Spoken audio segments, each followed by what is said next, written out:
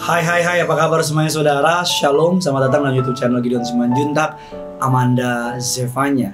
Kita kemarin 2 hari membahas mengenai apa itu dosa dan apa itu problem dari dosa.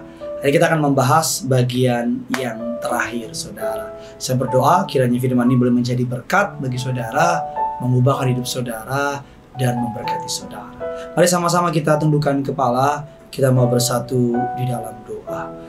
Bapa yang kekal, Bapa yang kami kenal di dalam nama Tuhan Yesus, kami mau siapkan hati kami untuk diberkati oleh kebenaran firman Tuhan. Urapi hamba-Mu, lidah bibir perkataannya penuh kuasa, penuh kemuliaan Tuhan. Kami mau berdoa agar kiranya melalui firman pada hari ini umat-Mu dikuatkan, diteguhkan, nama Tuhan Yesus saja yang dipermuliakan. Kami mau siapkan hati kami untuk diberkati oleh kebenaran firman Tuhan. Dalam nama Tuhan Yesus. Amin. Kita akan membahas kepada bagian yang terakhir adalah bagaimana kita dapat menghancurkan kuasa dari dosa. Bagaimana kita dapat menghancurkan kuasa dari dosa? How do I break free? Yang pertama adalah mengerti atau mengimani apa yang Yesus lakukan bagi kita. Firman Allah dalam 1 Petrus 2 ayat yang ke-24, Dia sendiri telah memikul dosa kita di dalam tubuhnya di kayu salib, supaya kita yang telah mati terhadap dosa hidup untuk kebenaran, dan oleh bilur-bilurnya kamu telah sembuh.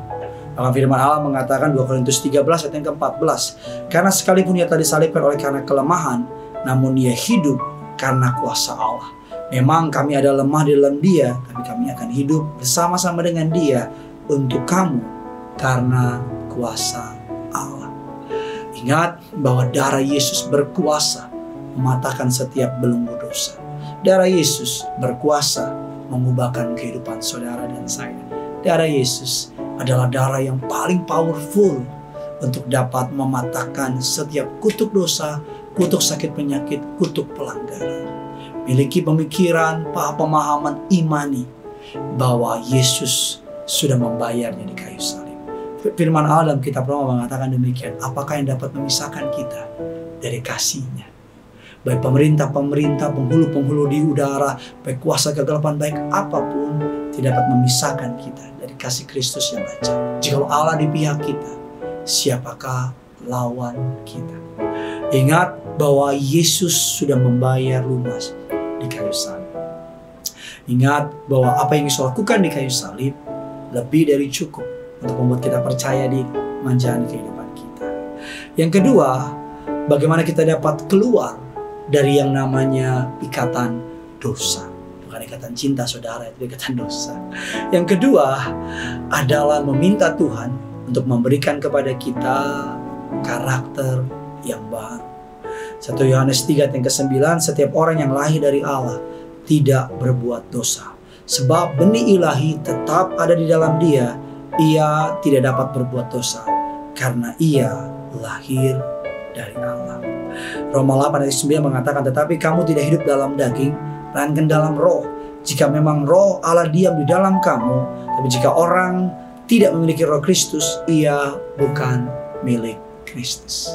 Saya percaya ketika kita bertobat, menerima Yesus sebagai Tuhan dan Juru Selamat, ketika kita memiliki hubungan dengan Kristus melalui karya Roh Kudus, saya percaya pelan tapi pasti di dalam diri kita, karakter kita akan diubahkan oleh Allah.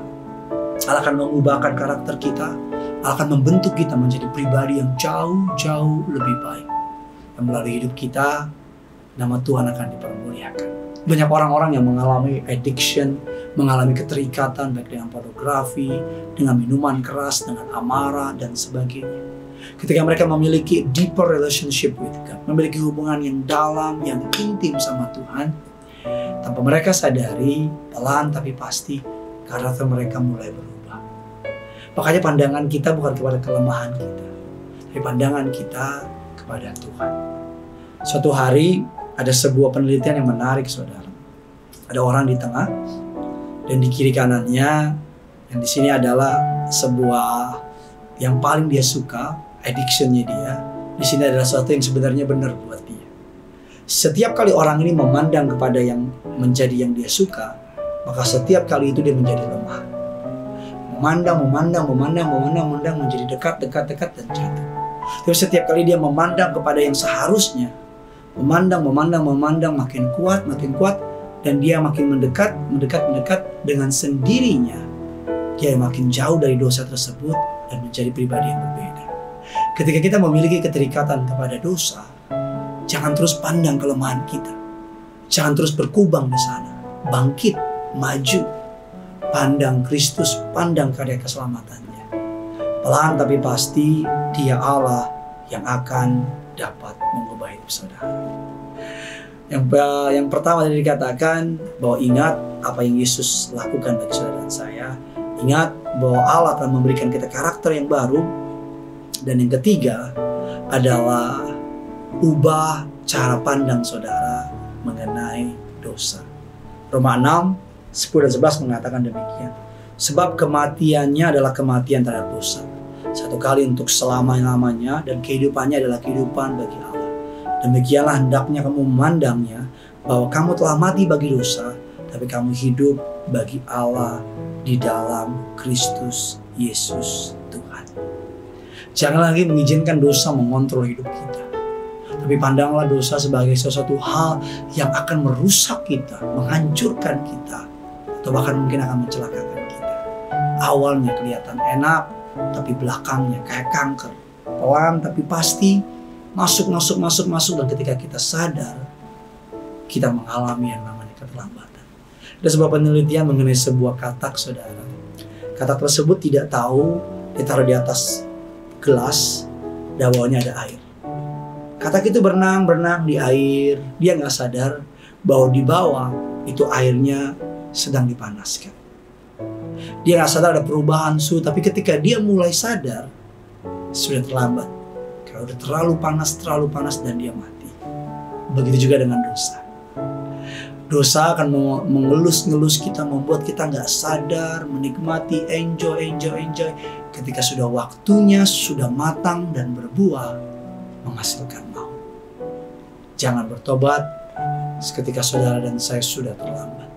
Selagi keputusan di tangan kita, bertobatlah hari ini. Bertobatlah pagi ini. Tuhan sanggup. Yesus telah melakukan yang terbaik, luar biasa di kayu salib. Yesus sanggup mengubahkan hidup saudara. Bersukacitalah dalam Tuhan, tetap bersemangat. Karena yang punya surga, crazy in love with you. Bersama-sama kita mau datang kepada Tuhan. Kita bawa hati kita. Kita bawa kehidupan kita kepada Tuhan. Bagaikan bejana, siap dibentuk, demikian hidupku di tanganmu. Dengan urapan kuasa rohmu, ku dibaharui selalu. Jadikan ku Allah dalam rumahmu. Inilah hidupku di tanganmu. Bentuklah seluruh kehendakmu. Pakailah sesuai rencanamu.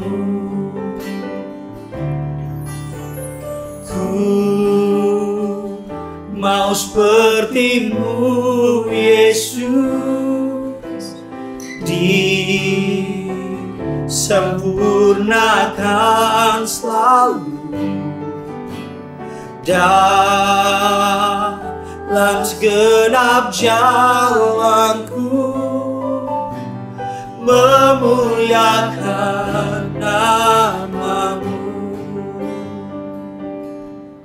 Mari sama-sama kita datang sama Tuhan. Bagaikan bejana, siap dibentuk.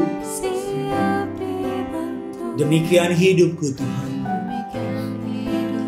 di tanganmu, dengan urapan kuasa rohmu, ku ku dibaharui selalu. Jadikan ku Allah, jadikan ku Allah dalam rumahmu. Inilah hidupku di tanganmu. Bentuklah seluruh kehendakmu. Pakailah sesuai rencanamu.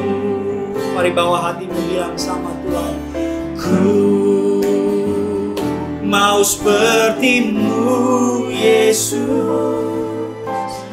disempurnakan selalu dalam senap jalanku,